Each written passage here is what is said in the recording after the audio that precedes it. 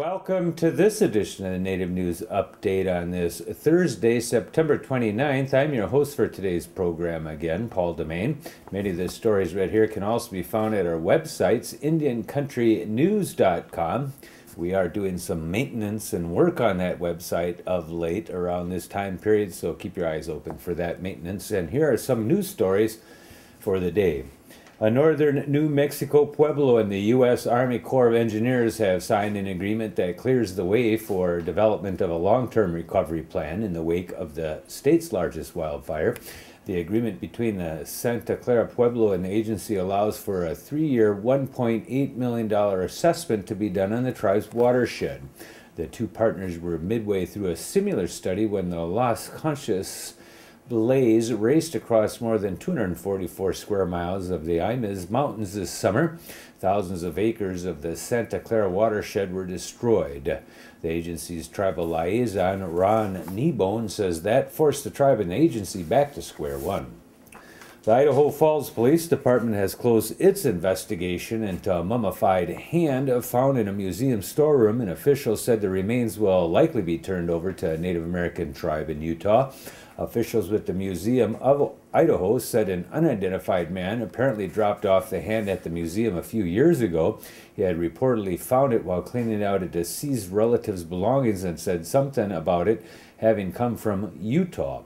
But the box containing the hand was left in a storeroom shelf and forgotten until the room was cleaned earlier this year. The Post-Register reports that Idaho Falls Police Department sent the hand to the Utah Division of State History Antiquities, where forensic anthropologist Dorena Kopp determined it was between 7 and 1,000 years old. If your great-great-great-great-grandfather happens to be missing a hand, you know where to look for it. Bolivian police on September 26 freed hundreds of Amazon Indians detained during a protest march over a proposed Amazon highway after mobs of local residents blocked roads and an airport runway to prevent authorities from taking the detainees away. In the Bolivian capital, La Paz, Defense Minister Cecilia Shaken resigned the same day, saying she didn't agree with the government's decision to break up the march against the highway, which would traverse an indigenous inhabited nature preserve.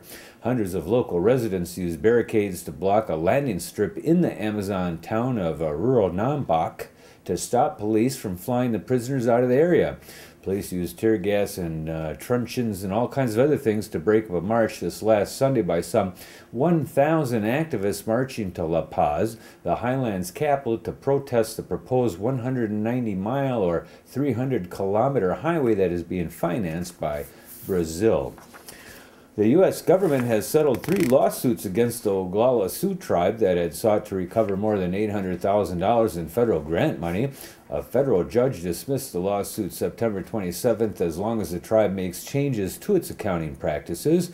According to the settlement, the government will forego the $808,917 principal amount if the tribe has its accounting system certified by a licensed accountant, keeps a separate fund for each federal grant or contract, and abides by other audit procedures.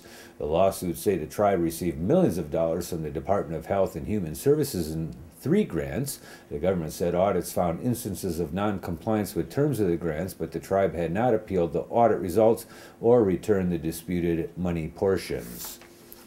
Flooding that damaged several historic sites in the Mohawk Valley of New York recently has also uncovered some buried history at one of the locations. The Daily Gazette of Schenectady reports that archaeologists are now excavating sections of stone walls believed to have been part of Fort Hunter, an early 18th century fortress built by the British near the Mohawk Indian village there. The Montgomery County hamlet of Fort Hunter is home to the Schoharie Crossing State Historic Site, which contains some of the few original Erie Canal remnants open to the public view. Tropical storm Irene last month caused catastrophic flooding along the Schoharie Creek, which flows into the Mohawk River at Fort Hunter. The flooding scoured away the historic site's parking lot, which apparently had been built over some of the fort's remains in the late 1980s. A federal judge on September 27th approved a compromise between the Cherokee Nation and the Freedmen that will allow more than 30,000 registered voters to cast ballots in the tightly contested special election for tribal chief if they haven't already. U.S. District Judge Henry H. Kennedy backed an agreement struck between the tribe and the freedmen that will reopen tribal polling stations for 5 days starting September 29th and ending October 8th, when anyone registered, including freedmen, to vote in tribal elections can cast a ballot. A Republican group at the University of California, Berkeley, has cooked up a controversy with a plan to hold, which they did, an increased diversity bake sale as a satirical way to oppose legislation that would allow public colleges to consider race and other factors in student admissions. Students at the Berkeley College Republican event, which was held this Tuesday or September 27th, were charged different prices based on race, gender, and ethnicity, with white students charged the most, Native Americans the least, and women receiving a 25% discount, according to the Facebook event posting. "If you don't come, you're a racist," the post declares. The group's website contains a link to the Facebook page. In response to the sale, the Associated Students of the University of California unanimously approved a resolution last week that condemns the use of discrimination, whether it is in satire or in seriousness, by any student group. Student Republican groups have held similar events on other campuses, and the Republicans have also held similar activities all the way back to the Boston Tea Party. And that is another roundup of news from Indian Country on this edition of the Native News Update. We want to thank you for joining with us, and come back again soon.